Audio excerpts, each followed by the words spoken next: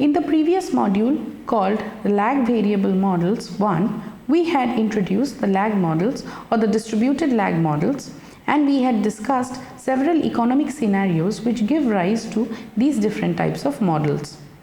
We had also discussed the Koyak approach, and we had promised to dedicate a module to the discussion of the estimation of the parameters in a lag model and the difficulties of estimating parameters from a lag model. In this module, we will discuss the estimation and also the features of estimating the parameters in a lag distributed model.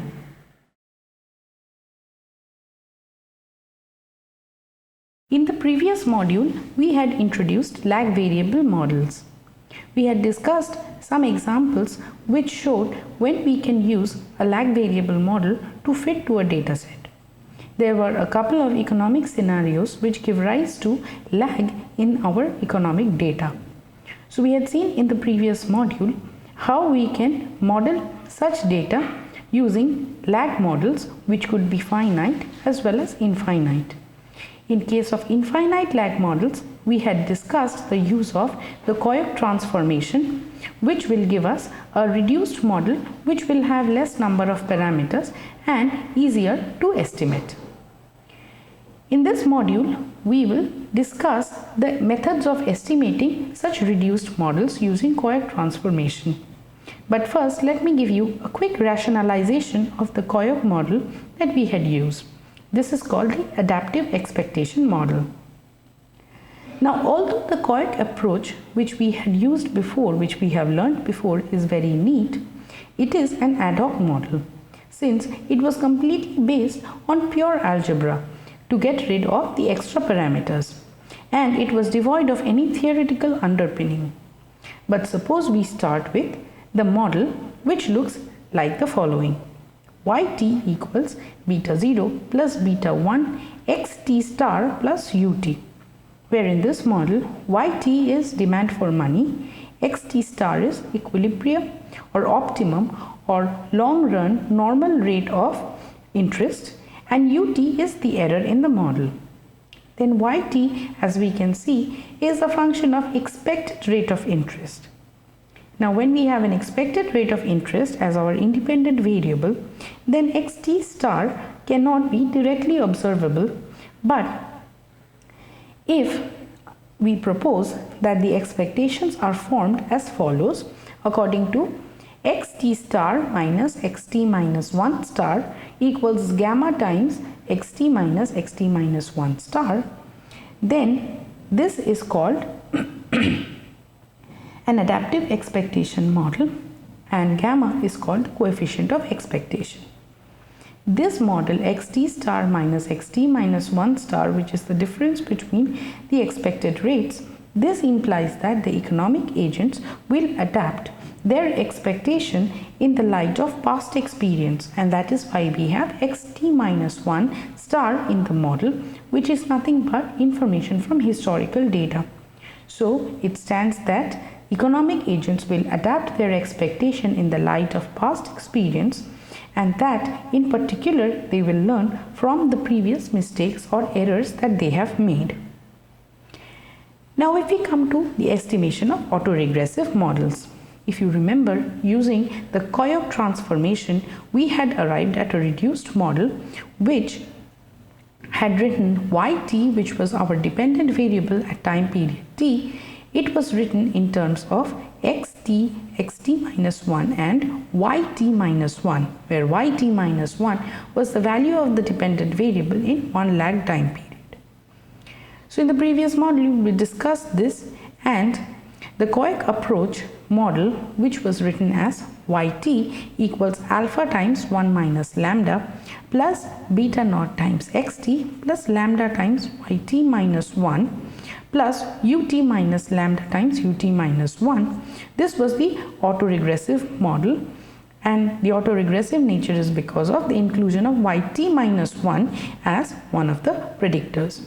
So we can see that by rearranging the terms or renaming some of them, we can write this model as a regression model of yt on xt and yt minus 1 as follows: yt equals alpha 0 plus alpha 1 times xt plus alpha 2 times yt minus 1 plus vt, where vt here stands for ut minus lambda times ut minus 1. Now, if we have such a model, we must look at a separate estimation method, because if we use a classical least square method to estimate the parameters in the previous model, we may not always get feasible output.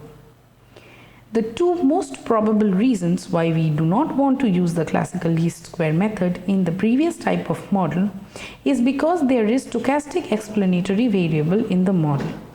This stochastic explanatory variable is in the form of yt minus 1. Also, the second reason is that there is a high possibility of serial correlation.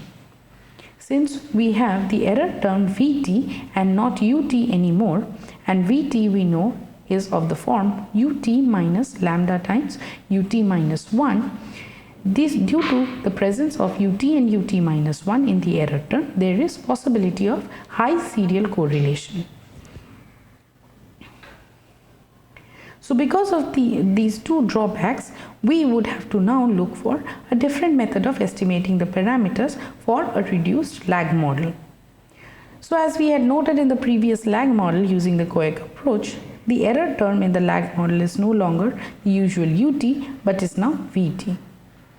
Under the classical least square theory, there are certain assumptions made about the error term, and these assumptions are the expected value of the error term is 0. That is, the expectation ut equals 0, and the variance of the error term, variance ut, equals sigma square. That is, the assumption of homoscedasticity is met. So variance ut equals sigma square is nothing but the assumption that the variance of all the error terms will be equals sigma square. And we had seen in several previous modules the presence of homoscedasticity or the assumption of homoscedasticity in fitting a linear model, and what happens when this assumption is violated. The third assumption about the error term is that the covariance between the error terms is 0. That is, covariance ut and ut plus s equals 0 for any s or lag in the time period is not equals 0. That is the assumption of no autocorrelation. We have again seen in some previous modules that the error terms in a linear model are assumed to be not autocorrelated, which means there is no serial correlation between consecutive error terms. If there is a violation of this assumption, then we need to make certain changes or adjustments so that this assumption is met with. It is believed that the error term ut satisfies all these assumptions, but it is not necessary that vt, which is our new error term using the Koek approach, also satisfies these assumptions. Now in Koek model, vt, as we have mentioned before, equals ut minus lambda ut minus 1. So given the assumptions of ut, which we had seen in the previous slide, we can actually mathematically show that expected value of vt times vt minus 1, which is the error term in the new model and the error term with 1 period lag, that equals expected value of ut minus lambda ut minus 1 and ut minus 1 minus lambda ut minus 2. So this can again be written as expected value of ut times ut minus 1 minus lambda times expected value of ut minus 2 minus lambda times expected value of ut minus 1 square plus lambda square ut minus 1 ut minus 2. This equals lambda times sigma square, and the above expression for expected value of vt minus 1 is only 0 when lambda equals 0, otherwise it is a non-zero expression. Now since yt minus 1 appears as an explanatory variable in the Koek model, it will definitely be correlated with the error term vt. But what is the implication of the fact that in the Koek model, the explanatory variable yt minus 1 is correlated with the error term vt? In such a situation, the OLS estimators The estimators of the parameters that we obtain by using the simple least square method, they are biased as well as inconsistent. When I say biased, it means that the expected value of the estimate of the parameter does not equals the actual population parameter, and inconsistent meaning that even if we increase the sample size, the value of the estimates of these parameters do not approach the actual population parameter values. So even if sample size is indefinitely increased, the estimators do not estimate the true population values. Thus, estimation of the Koek model using the regular OLS method will give us misleading results. So one of the ways out of this problem could be the use of instrumental variable. Since we cannot apply the OLS method in the Koek model to estimate the parameters, because the explanatory variable yt minus 1 is correlated to the error term vt, we have to look elsewhere for a different method of estimation. So if some way we can remove the correlation that we have between yt minus 1 and the error term vt, then we can go back to using the OLS method of estimation and still get consistent results. So one of these methods is by using an instrumental variable. But before we discuss the use of an instrumental variable, let us look at what the definition of instrumental variables is. So if we suppose we have a proxy variable, in other words, a variable which is highly correlated with yt minus 1, but it is uncorrelated with vt, such a variable will be called an instrumental variable. And due to the high correlation of this variable with yt minus 1, we can safely replace yt minus 1 in our model by this new variable. And since it is uncorrelated with vt, we do not have the problem of violating the assumption of least square estimation technique anymore. So we can use OLS method for estimating the parameters. So according to Leviathan, we can use xt minus 1 as an instrumental variable for yt minus 1. If we look at the model yt in terms of xt and yt minus 1, and if we go back one time period, then for a lag of one time period we can write yt minus 1 as a function of xt minus 1 and yt minus 2. We use this independent variable xt minus 1, which is supposed to have a high correlation with yt minus 1 to predict yt minus 1 along with yt minus 2. So in case of a model for yt, we can safely replace yt minus 1 with a variable which is closely related to yt minus 1, and this variable is xt minus 1. We will call xt minus 1 as our instrumental variable.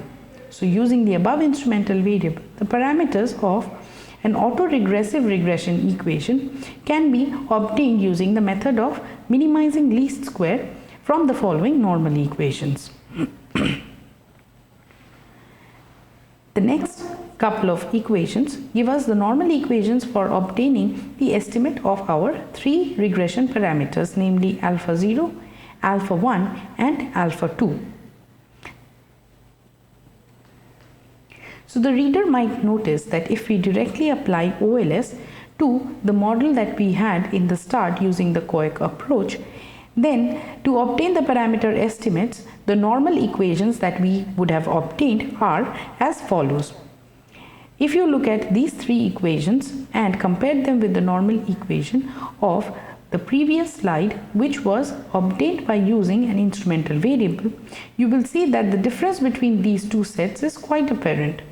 Xt minus 1 replaces yt minus 1 in the first set of normal equations. And this is the only difference between the set of normal equations to obtain the estimates of the parameters between a regular ordinary least square method and a method using instrumental variables. So the estimates that we obtain from the first set of normal equations, they will be consistent because we are no longer using yt minus 1, but instead we are using the instrumental variable xt minus 1. Although it is easy to use, the Leviathan technique is not always handy, And the problem with this technique, or the difficulty with this technique, is to find a suitable proxy. We had discussed how we replace yt minus 1 as the predictor by xt minus 1, which happens to be highly correlated. But in many situations, it is not always easy to find a correlated variable which is again uncorrelated with the error term that can replace our predictor variable. The proxy that we have used in the previous slide can be easily used.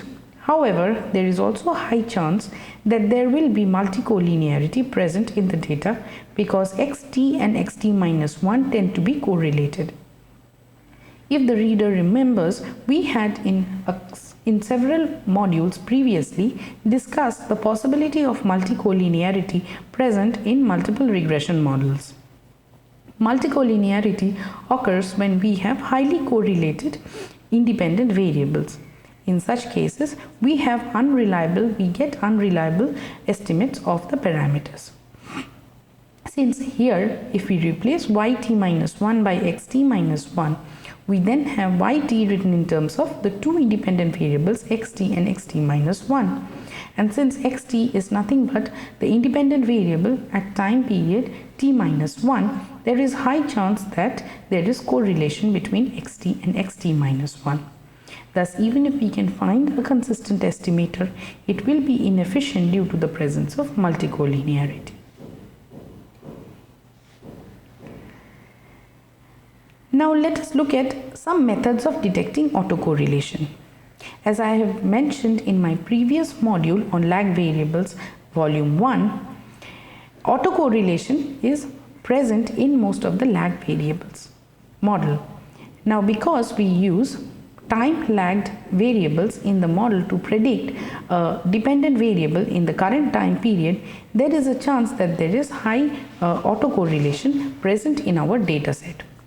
So since the presence of autocorrelation makes the estimation problem in autoregressive models quite complex, we would like to detect it using some test. In an earlier module where we had discussed the detection techniques for autocorrelation in a regression problem, we had discussed Durbin-Watson d-test statistic. But this statistic may not be used in the detection of serial autocorrelation. The D statistic tends towards a value of 2, which is the expected value of D in random sequence. If we repeatedly use the Durbin-Watson D statistic, there is again a bias of not discovering the serial autocorrelation which is underlying. Thus, we have reasons to not use the Durbin-Watson D statistic, but instead what we use is called the H-test statistic, which is also credited to Durbin-Watson. The Durbin-Watson H-test statistic to test autocorrelation is given by the following expression: H equals hat rho times square root of n divided by 1 minus n times variance of hat alpha 2, where n equals the sample size, variance alpha 2 hat is the variance of the coefficient corresponding to the lagged yt minus 1, and rho hat is the estimate of the first order serial correlation rho, which is given by rho hat equals summation ut hat multiplied by ut minus 1 hat divided by ut hat square. For a large sample, if we assume that rho equals 0, then Durbin has shown that the H statistic follows a standard normal distribution. Thus, we can find the statistical significance of the observed H. In practice, however, we don't need to find rho, because we have seen in the module on autocorrelation that rho hat is given by 1 minus D over 2, where D is the Durbin-Watson d-test statistic for testing autocorrelation. Now, if we use this expression for rho hat, then the H-test statistic can be written as 1 minus D divided by 2 multiplied by square root of n over 1 minus n times variance of alpha 2 hat. Now, the steps involved in application of the H-test statistic in testing autocorrelation is as follows. We first estimate the regression parameters using simple OLS. So we first write the model and use the simple ordinary least square technique to obtain the estimates of the parameters. We then obtain the corresponding variances of the estimates. Particularly, we wish to focus on the variance of the regression coefficient corresponding to yt minus 1, which here is alpha 2 hat. We now compute rho hat using the expression that we had seen above. After computing rho hat, we now compute the H test statistic using any one of the two expressions which we had mentioned above. We assume that the sample size n is very large, and thus we have H which follows a standard normal distribution but asymptotically. Now the decision rule for the test of rho.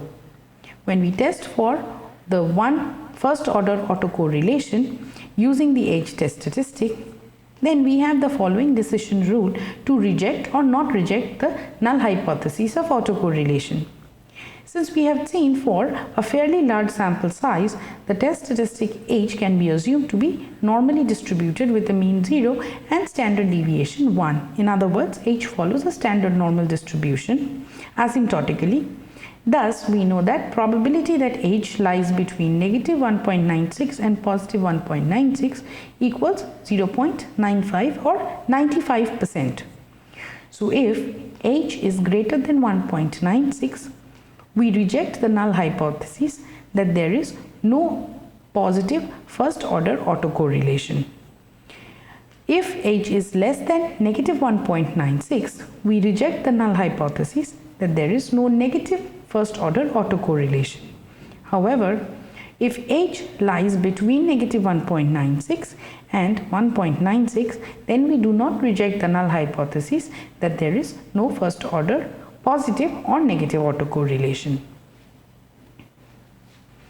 Now let us look at a numerical example. The example is titled The Demand for Money in India. We refer to an annual data such that the data was on stock of money, national income, prices and long-run interest rate in India for the period 1948 to 49 and 1964-65. Suppose the postulated demand for money relation is given by MT star equals beta naught times RT raised to the power of beta 1 times YT raised to the power of beta 2 times E raised to the power of UT, where MT star is the desired or the long run demand for money which is our dependent variable, RT is the long term interest rate, and YT equals the aggregate real national income. RT and YT are considered the two independent variables or predictor variables in this model. So the equation for money demand in the previous slide can be written in the following form after we had taken log on both sides.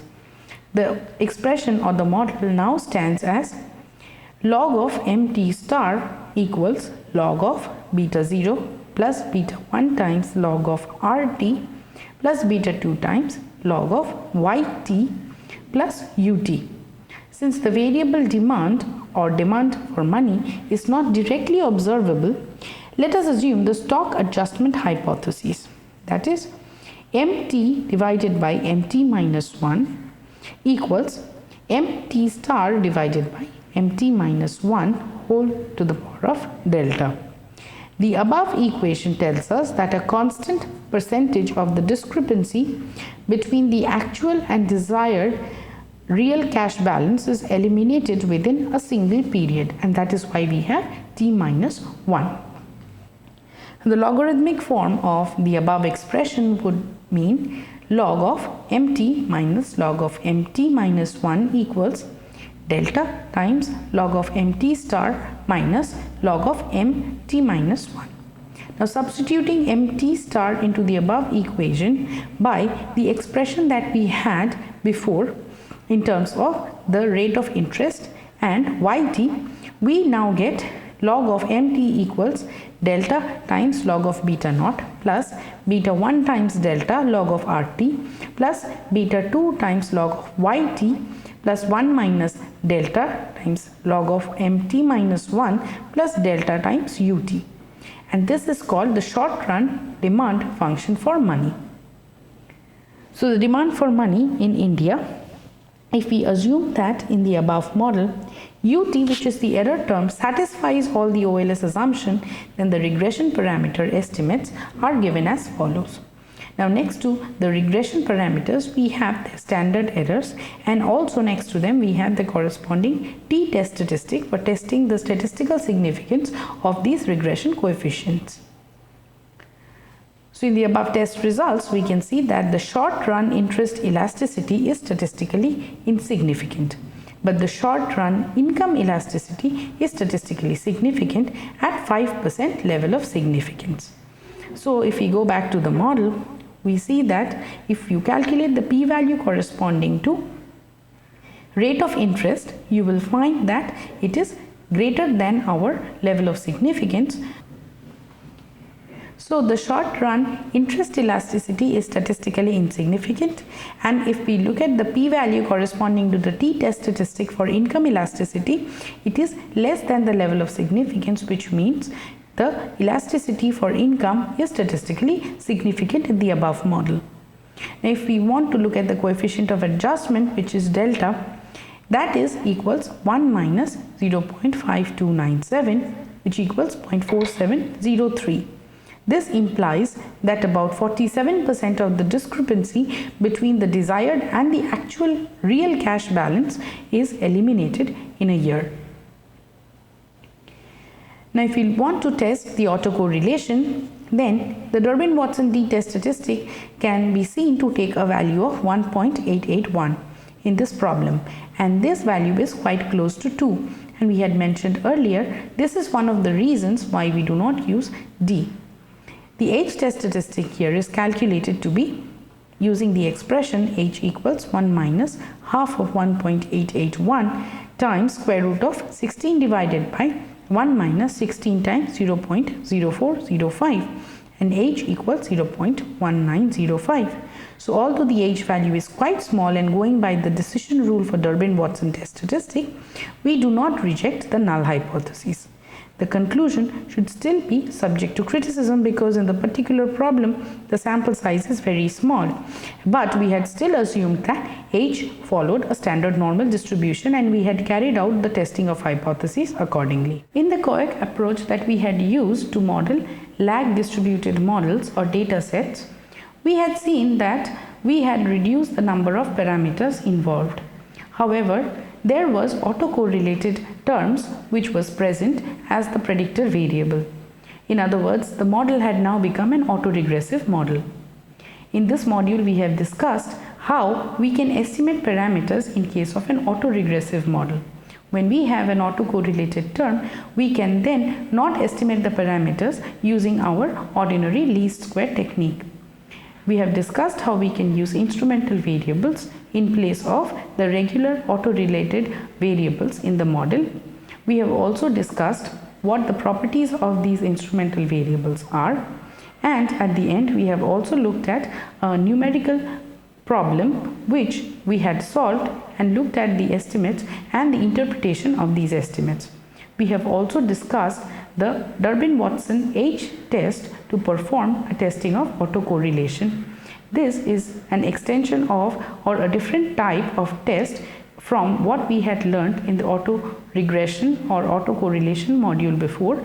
We had learned Durbin-Watson t-test statistic. Here we have learned another new testing of hypotheses for autocorrelation, which is the Durbin-Watson H test statistic.